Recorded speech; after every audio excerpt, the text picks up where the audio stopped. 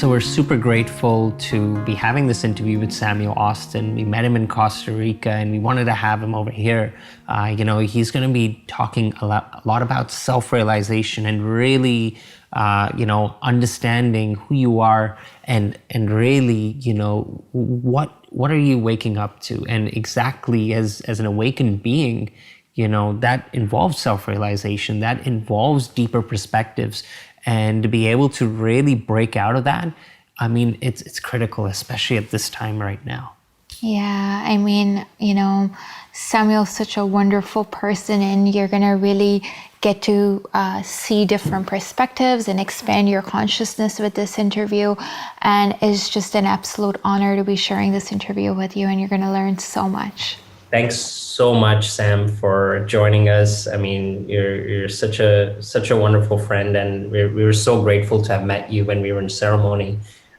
But also, it's wonderful to see you again, and it's so great to have you here as well. And after even finding out the kind of work you do, I mean, we're just even more excited as well. Yes, thank you so much for being here today, Sam. It's such a wonderful opportunity to reconnect. And we can't wait to just dive right in and share everything that you've learned and share your experiences with the audience as well. Yeah, beautiful. Thank you so much for the opportunity, guys. Really nice to be here. Really nice to see you again. So we'd love to hear some of the most transformational experiences that you've had that kind of pivoted you in this direction. I mean, now you're in Costa Rica, you're really exploring the creative side of yourself as well. You're also, it seems like you're really enjoying life too. So, what are some of those key pivotal moments that sort of moved you in this direction? And, because life could have been very different, but it's this. So what were some of those things? I've thought about that a lot recently, actually. And I must say, there's a great deal of respect that I need to focus towards the psychedelics, because the early initiations I had into like playing with mushrooms the first time was one that, upon reflection, really diverted my attention away from what would otherwise probably have been a real rat race lifestyle. And it was the first opening where I started to reconsider my relationship with nature, and in that journey then shifted my orientation to things like spirituality and meditation and so on, naturally, as it happens to so many. And then I think I began to like follow that thread with the meditation. And the next thing that comes to mind as you've asked that question, transformation wise, is probably Vipassana. Probably like 10 days of that sitting where it's like 10 hours a day. There was no, you know the story. There's no distractions. There's no using a mobile phone or reading or writing or any of that. It's just literally sitting with yourself. And to me, that was sort of like a organic, slower, deep ayahuasca journey where sort of any underlying trauma and conditioning slowly started to peel away and come to the surface over these 10 days. And at the same time, I was sort of like deepening into the embodiment of being in my body and in my nervous system, and seeing all the ways in which I had memories from childhood that were popping up in meditation and showing me how like, oh, that's the first time you experienced anger or abandonment or loneliness. And they were attached to this particular memory and this energy, and then learning to process that through the body.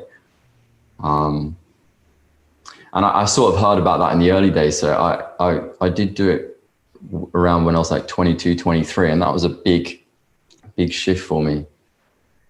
And along the way, there's been like many other big transformative experiences through psychedelics or just through yoga or just through climbing mountains in Nepal or whatever it particularly was. And yeah, there's just been so many. It's depends which one really feels like you'd like to talk about. That is actually really interesting. 'Cause, I mean, one of the, like, I was just reading a book, Tool of Titans by Tim Ferriss, and he interviewed this guy named Sam Harris, and he was talking about how like psychedelics are emerging as sort of like a rite of passage, like for, you know, like many new generations and everything. Do you feel that way? Absolutely. I've sort of oscillated between seeing that in sometimes I've seen that maybe the psychedelics are not necessary. There are other paths, and so maybe they won't work for everyone. But then I've also shifted towards the other side of feeling like, wow, we're in such an urgent time for us to shift our orientation back to be in relationship with nature and rekindle this severed connection that our civilization as a whole really has. But I don't know if we could do it without psychedelics, you know? And so as an initiation tool, I don't know what could be more powerful, you know, especially as they're sort of like, they're like ontological atom bombs, you know, you're not going to get this from reading a book. You can read as many scientific studies around like what DMT or psilocybin does, but there's just absolutely no comparison to the empirical direct experience of feeling and seeing that connection with all things and relating to nature in that way. And Sam, could you share, like, a lot of people believe, you know, they're constantly focusing on the external world. Would you say that our internal world is constantly shaping our external world, and how psychedelics are a gateway to discovering that? Oh, wow. Beautiful question. Yeah. So most people are focusing on the external, and how that relates to the internal. Right. Yeah, absolutely. That's been like my main dance, really, is that there was some point in my journey where my whole relationship to the world shifted to being internal first and then external. And before, it was the other way around. The stimulus of the external was affecting my internal. But then once I realized that this space of consciousness, what I am essentially, is primary, and it's made out of the same thing that the external is made out of. But I need to go to the source first. I need to connect with the source first. And then if I'm connecting with my source, with this pillar of consciousness, this boundless space, then whatever external stimulus comes, it began to be more like drops in a lake, rather than dropping a stone in a puddle. So a way to put it is like, in the beginning, it felt like I was just constantly reacting to everything that's external all the time, you know, and then through meditation, yoga, breathwork, psychedelics, I was able to expand my capacity to be intimate with reality, but also in a way where I was expanding my connection to the source of the universe, which to me seems to be, at least in a way to talk about it linguistically, it seems to be internal first and then relate to the external. Obviously, we use words to speak in duality each time, but I've moved through that dance to realize that I always just need to be connected to spirit first and then relate to the external. And in that way, I'm pouring the light of consciousness, the light of awareness into all of my actions, because they're informed by spirit. Like, I'm informing the world from from this awareness first into the external. And that was such a huge shift for me. And yes, I think psychedelics were a primary catalyst for that change. And it doesn't negate the responsibility to act in the external either. I think if anyway, it makes it like even more important. It really pulls these two worlds together to realize that it's not really a duality of internal and external. It's really like the oneness of duality, that duality is already one, and we can play in this internal external dance. I don't know if that answered your question, but beautifully does. Yeah. It really paves way for a wonderful conversation. So, I mean, there was a point where Nixon pretty much declared, like war on drugs, literally banning, even plant medicine. And, there was a point, and that might be shared responsibility kind of from the hippie movement that was happening at the time, when everyone was kind of getting high and really, really rebelling. But at the same time, it didn't seem like there was a sense of purpose, except that, that there was kind of like, end war and that kind of thing. Do you feel like we have, maybe now that this reemergence is happening, that we like sort of as brothers and sisters have some sort of a shared responsibility, kind of through ceremonial practices, maybe through the environment, how to really sort of embrace this sort of new earth you're creating? Yeah,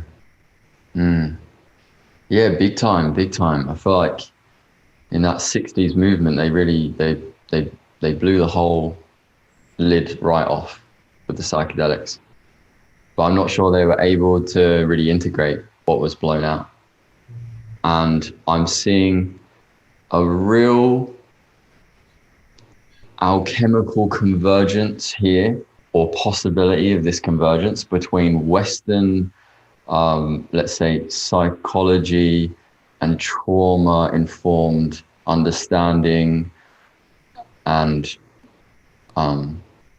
all of the ways in which the Western world sort of quantifies data and understands systems in that way, with these ancient indigenous ceremonial practices. If they can be done in a way that is really embodied, I think we're opening up a portal to an entirely new earth, an entirely new dimension.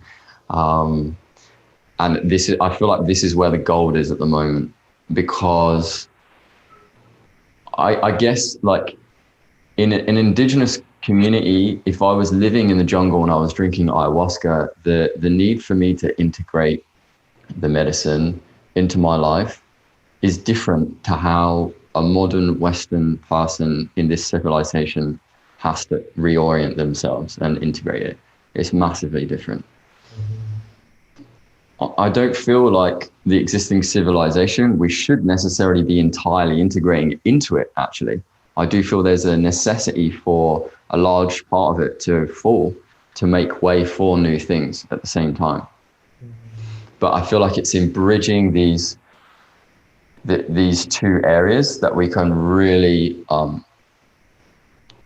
birth something entirely new. And of course, with us being in this position right now, with me being in this position of like having the platform Live, Learn, Evolve, having the creative skill set of video and design, and then also being called forward to speak in opportunities like this, I feel a deep responsibility to talk about this convergence that you're mentioning, and that's why like I felt so called to make the documentary Awakening the Soul that you guys know that we're doing, which so heavily focuses also on integration of plant medicine and its connection to its roots in the jungle, and also making Facebook Lives and doing talks like this where I'm actively speaking about it. So yeah, Basim, I really agree that is a key responsibility we have at the moment. Yeah. And Sam, with your Vipassana experience, Vipassana means to see reality as it truly is. Could you elaborate more on what that means? Oh, that's a massive question. Reality is, it is. Yeah, I mean, it's obviously unspeakable to really talk about the depths of reality. Um, I think it's Korzybski who said like the real world is unspeakable, which is like a really lovely way of putting it. But what I was taught, you know, in Vipassana was just to be with what is happening, and to see that it's really about a non-altered state of consciousness. It's how can I not alter what is happening right now? How can I just stay with what is?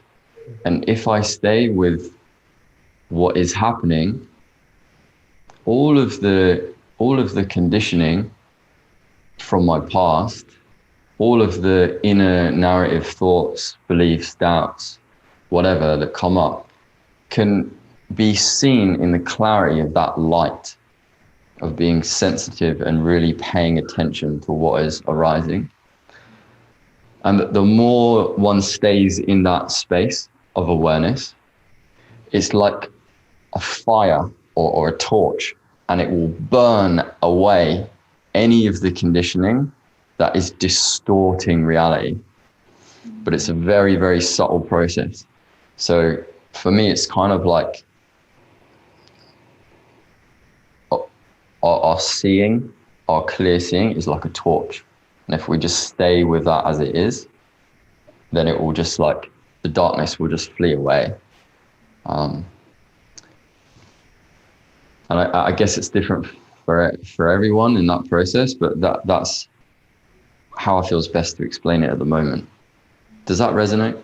Yes, that's beautiful.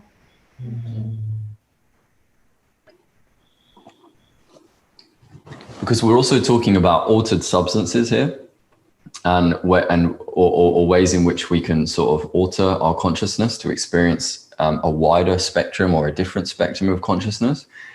But I really feel like the awakening process happens in the non-altered state as well.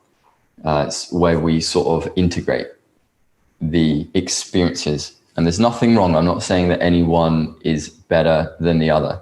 I just feel that there's a necessity for the dancing between both, because it seems that when we go into these deep altered states of consciousness, often the body, the nervous system is not ready to be able to really hold space for them. I think that's probably why we purge. Like in ayahuasca, we're purging. Like, this can't be real. I can't be seeing ancestors standing right in front of me. And so I'm just like letting go. And then after we purge that out, we look again and it's like, oh, the ancestors are still there. This must be happening. You know, so we're widening the nervous system's capacity to be with these other states of consciousness. Mm-hmm. And then when we come back down in a non-altered state, it's like the body can catch up, can process, can integrate, can feel into it. You know, if we really spend time with it, and then we're deepening our embodiment into what is reality already. Mm-hmm. Mushrooms are showing up as like almost like a teacher. I mean, there's the very there's a documentary, was it Fantastic Fungi? Fantastic. And it's really opened up sort of like a more of a neutral perspective on mushrooms, but also really shed light on kind of like even the psychedelic perspective.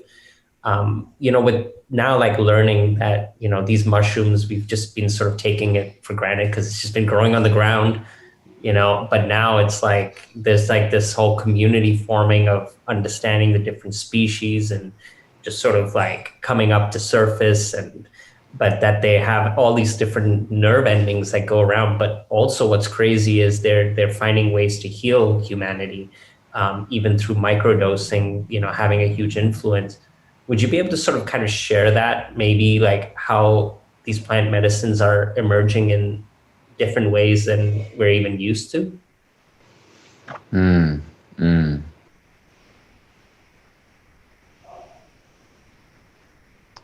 Yeah, the I can speak to my direct experience with the mushrooms and how I feel like they're coming through. Obviously, there's so many beautiful, fascinating ways in which we're able to learn from the mycelium and the ways in which they can help our world in so many different areas, whether it's, in getting rid of radiation, or whether it's, dissolving plastic and regenerating it into a more sustainable way. But the side that I'm most familiar with is the psychosomatic learning from the mycelium network. And I feel like, of course, nature is intelligent, and it has been creating the antidotes for our severed connection to nature all this time. Somehow, yeah, perhaps because they're growing in the ground and we've been sort of totally endowed in this like materialistic scientific worldview that maybe we turn to the books and the computers and the internet instead of the ground beneath us, and now it's something like, wow, these things just grow in the ground, and you connect to it and you realize that, this is an even, this is a far more gigantic network of intelligence and information than the internet is. I mean, it's just nothing, doesn't even compare. Yeah, it's totally different. Yeah, and then I look at the mushrooms and the mycelium, and it's like, oh my God, we're just in a process of biomimicry, and we've not even realized it. Like, we created the internet, which is just a digital like abstraction and version of a mycelium network, and distribute information. You look at the images of it, they're exactly the same. We look at an airplane and then we look at a bird at the same time. It's like a biomimicry of what nature's already doing. However, if we can now be more consciously involved in that biomimicry process of really learning from the intelligence of nature, the master biochemist that has created these chemicals and molecules that really open us up to this deeper connection, then we might humble ourselves enough to go and fucking have a conversation with a plant, humble enough to go and speak to nature, and maybe drop out of our egocentric worldview where science is running the whole roadshow and there's no other lens to discovering the intelligence of the universe. And so, yeah, perhaps naturally it seems like it's all, on one level, it seems like it's all perfect, because as these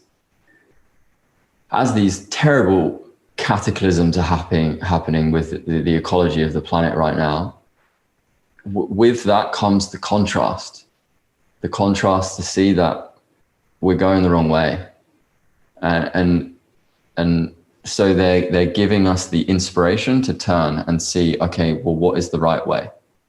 So there's this real balance of like, there's all this terrible stuff happening, and it's bringing more awareness to right, let's look for the solutions at the same time. And so it seems perfect that, yes, right now we're turning towards the plants, to the mycelium, to the psychedelics, because they're the natural antidotes that are always here the whole time. Maybe it was necessary that we went down this technological industrial revolution approach to build up the tools and the linguistic maps that were necessary to now pivot and go back to nature and combine them. Maybe that was the case. I don't know. But when I speak to the mushrooms, it sounds, the message I'm getting is like, yes, this is what is happening. Reconnect, speak your truth, explain this to others, integrate this knowledge, because this is the path and this is the antidote. And Sam, how can we be more aligned with our divine purpose. Like, you know, ayahuasca and other plant medicines reveal to us our purpose, our calling in the world. How can we be more aligned with that?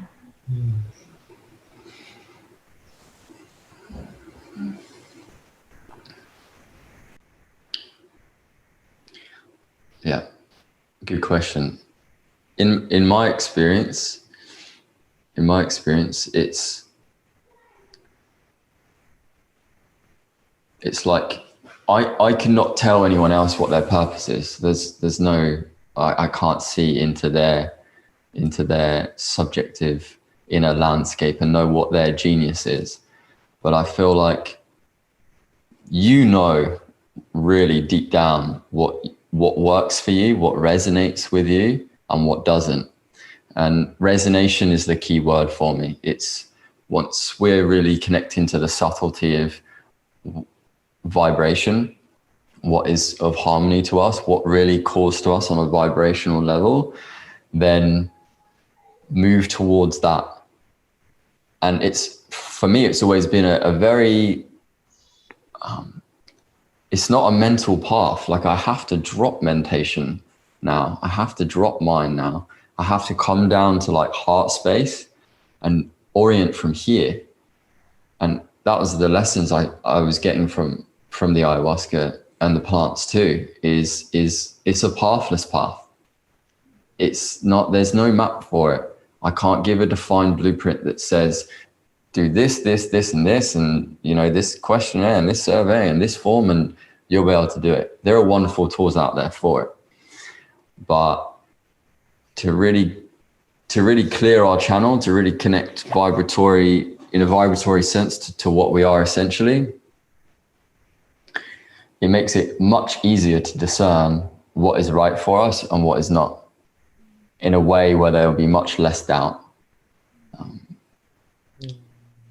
Yeah, and then how you're vibrating, how you're being, and how you're acting and showing up in this world is the same.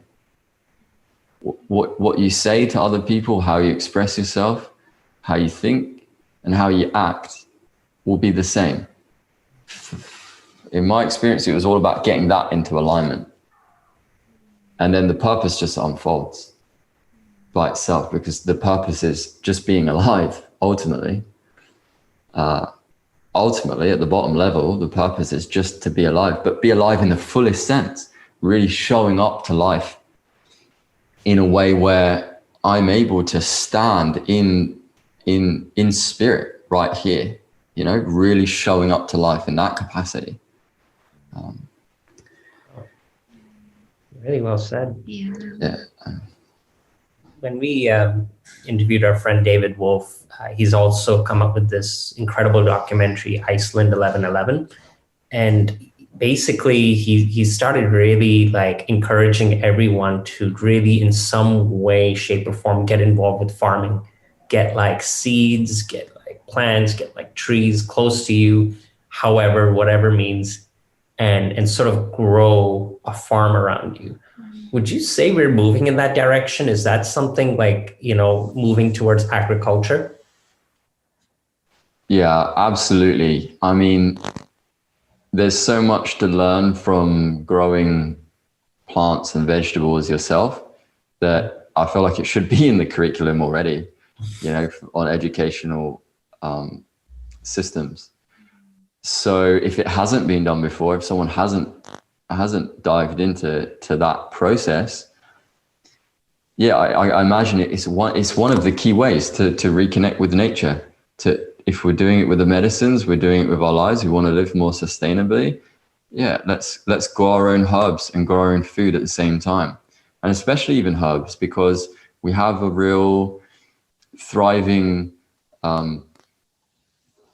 indigenous wisdom coming through with all these herbs as medicines to be able to heal as well, and learn like which herbs can help us, because ultimately all the pharmaceuticals are based on plants in the first place. I mean, everything comes from the botanical world. We just synthesize the plants in a lab And what do?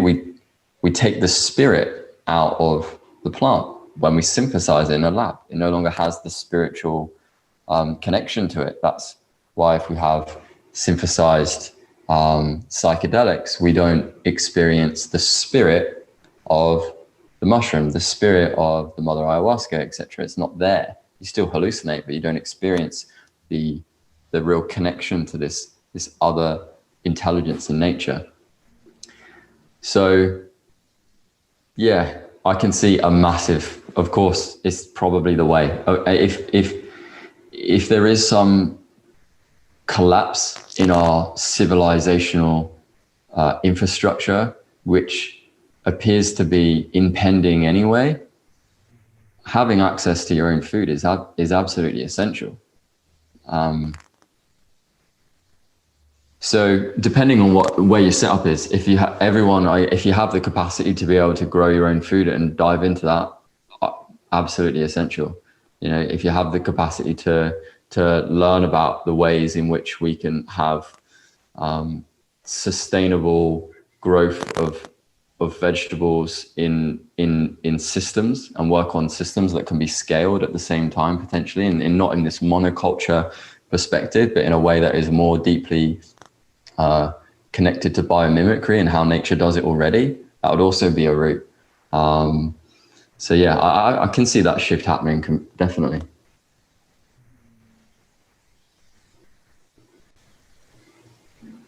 And Sam, let's talk about integration for a minute. So basically, you know, when you experience plant medicines, it's this whole experience of oneness, and you know, you experience all sorts of dimensions, and you become one with everything. In terms of integration, how do we come back and ground and really integrate everything that we've experienced from the plant medicine into our lives?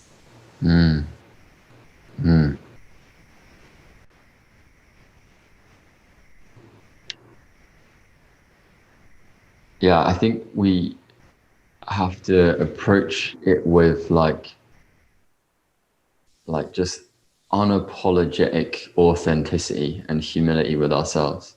Mm-hmm. Like just really taking real time out in the following days and weeks to just make space with no particular agenda, except for to just integrate whatever has come up, to reflect on what is happening, to perhaps journal, to just maybe write it out, to feel into it through meditation, and also to feel into it somatically with the body.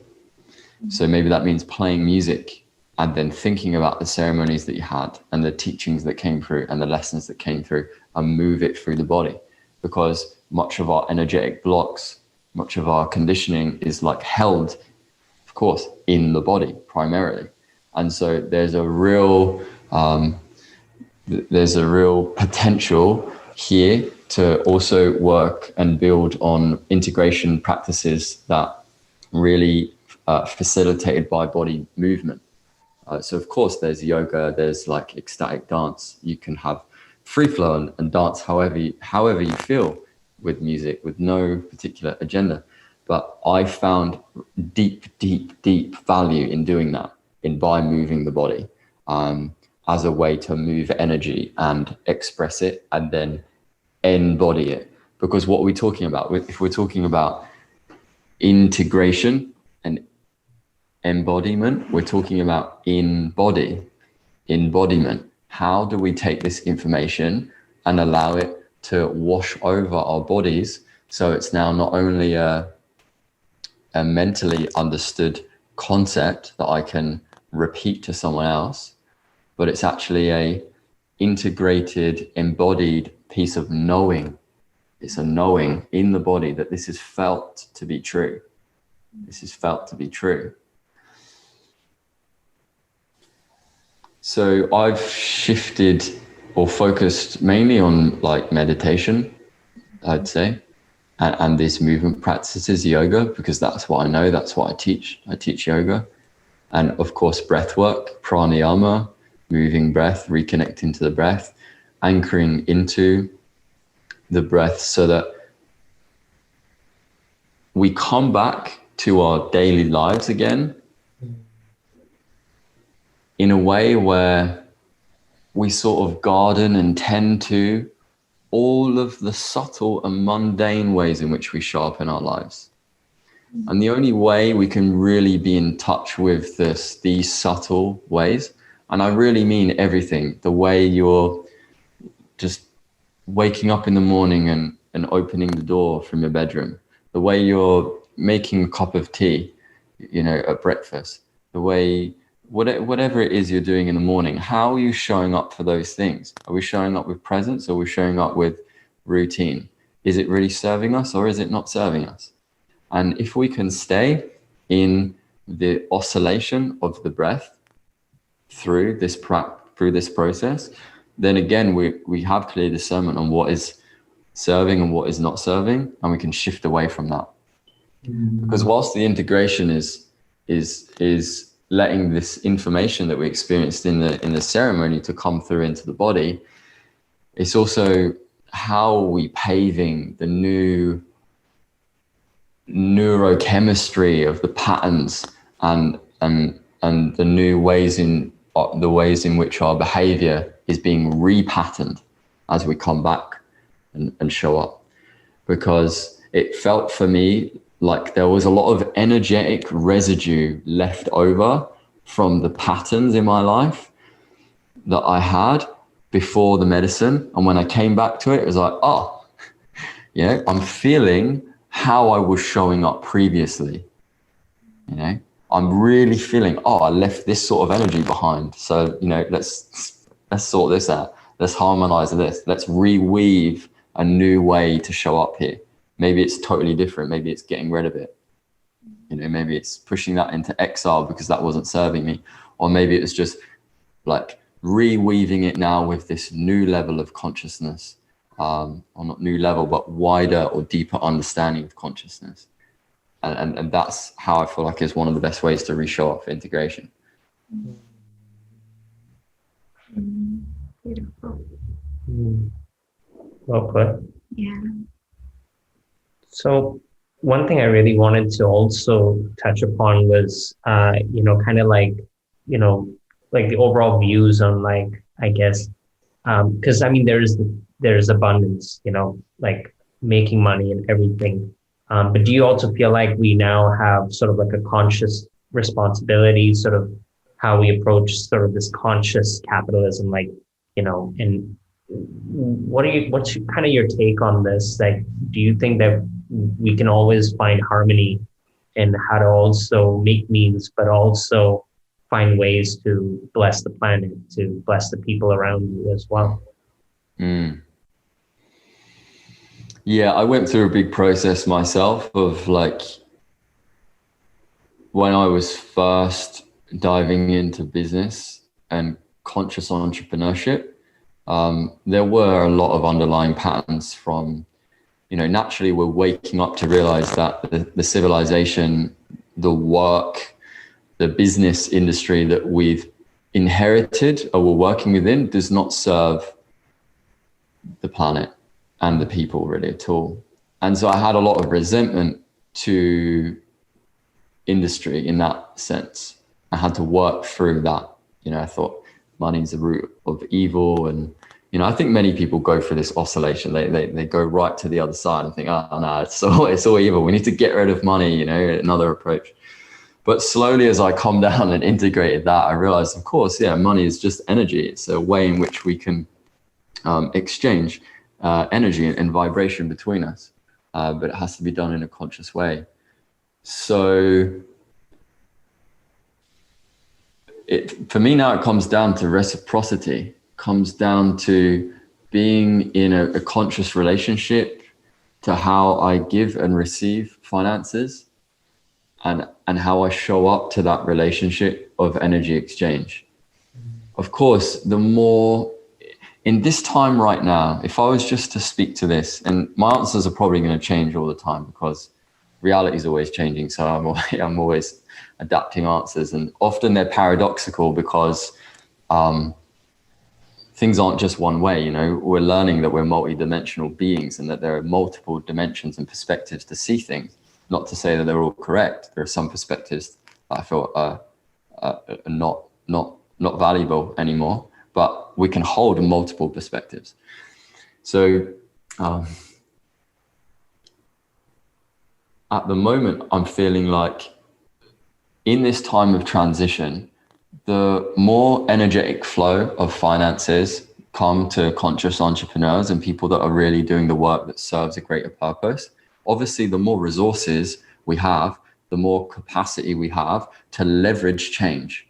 So there's nothing against that. If anything, the change that we feel that we need is necessary is going to be accelerated if we're able to redirect financial flow towards these conscious entrepreneurs, however we do that. And so I'm really also focusing on this approach in how can I serve humanity and other people in the highest form, but also at the highest level, like not play small as much anymore, but how to really show up in a way where I really value the skill set that I have. And in noticing that, I know that when these resources come through, I can redirect them necessarily back down towards, let's say with the medicine, back down towards the indigenous communities that are struggling in this time of transition, especially with the like COVID side of things, and with the Amazon rainforest, which is like burning like more than I think it ever has in 1 year so far. Like literally the Amazon is on fire and this medicine comes from the forests. So it's like, my God, if we had Jeff Bezos, who owns the company Amazon, to actually pay attention to the Amazon, yeah, we would have a massive shift in the way finances are reciprocated in the world, and realize that we have a responsibility to reciprocate.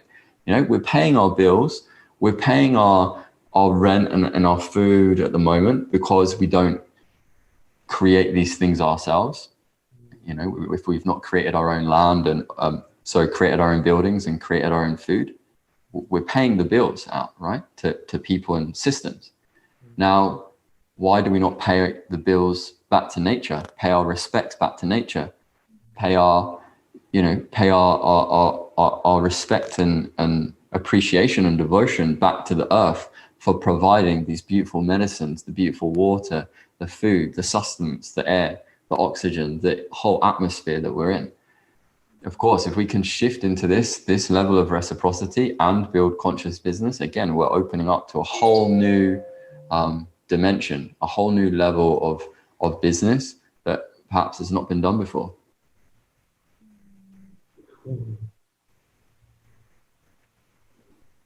Wow. Wow, right? This has been incredible. I mean, honestly, Sam, we could literally go on for hours. Like we could literally have, and we will at some point, we're going to run into each other again. You're such a wonderful human being. And thank you so much for sharing, such incredible wisdom and information that people will really resonate with. And I'm super grateful. Yeah. Now, you've got a terrific blog, like terrific, and it has a big community. And would you be able to share that, like, what that's all about, and also the kind of work you're doing that people listening in might be interested in? Yeah, sure. And thanks so much for that. I really appreciate this time here, and I really feel like those are massive questions that you've been asking. So I love that it's really at the edge, that really calls forth deeper, more thoughtful responses. So I really appreciate this time.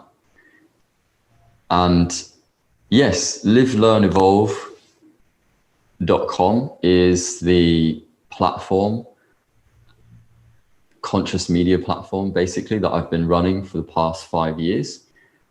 It has been a natural mirror of my own journey.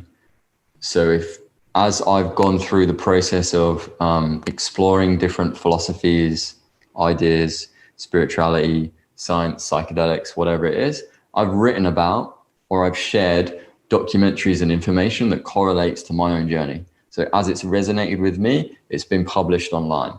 And so that's how the community has been built. Although I did it in a very anonymous way. I wasn't showing up as Samuel Austin like I'm showing up now. I was showing up as Live, Learn, Evolve. I was behind the logo. I was not putting my name as much to things. I was not making videos. I was not speaking. I was just writing. Now, I did that for the best part of the whole time it's existed. But then when I went to the plant medicine, it was like, nah, you need to get away from being behind the camera, being behind the keyboard, and actually show up, because you've learned this, and then people will relate more to you and your journey. And this is essential for you to share. So I've been in this process over the last 12 months of shifting that and going forward. And it's funny because, I probably wouldn't be doing it if I wasn't called by the plants to do it. I feel like I've got this like Gaian psychologist and travel agent that is saying, no, yeah, come on. Like, this is what you have to be doing. This is, show up. This is the path, this is your responsibility. So, now this community, which is around 250 something thousand people, and it's mainly through Facebook, is it is now merging with my own personal experiences, my own I'm making documentaries through the platform, and with Cash at Educate, Inspire, Change, we're building and creating content where we're showing up more to express our journeys, because that's what's being called forward. And that looks to be what the future of it is, because it started off just as sharing memes, I was sharing little linguistic insights that I'm just like poking through into digital landscape and sort of seeding them out. I sort of saw it as like a mycelium network where Live, Learn, Evolve was just pushing out these little nuggets of wisdom into the collective, and we're seeing which ones resonate, which ones work, and then making more of those, or making ones that I feel like would have a bigger impact myself. But over time now, it's just become that is merging into one thing. And so now the way in which I'm living, the way I'm speaking, the way I'm acting is also the way in which this platform, Live, Learn, Evolve's content is being built. It's all coming into one thing. Incredible. It's really inspiring, the kind of work you're doing, and we're so hugely appreciated. And also to be able to call you a friend is just an honor. Yeah. Thank you so much, Sam. Seriously, thank you so much for giving us such an incredible interview. I know this community has your back as well, so we're also here for you as well as you continue to live, learn, and evolve. Yeah, I love that. Guys, thanks so much for having me here. I really appreciate this container, this opportunity to just show up and speak about these things together with two friends in such a casual way. And also knowing that you're both coming down to Costa Rica, just down the road from us, and are able to do this live. So perhaps next time we can just set up the cameras in the physical. That is so intended. That is so intended. It's not even funny. I think this is just the beginning. Quite honestly, this is just the beginning, and we're really seeing that, and thank you. And, really thank you. Thank you. Thanks so much, guys.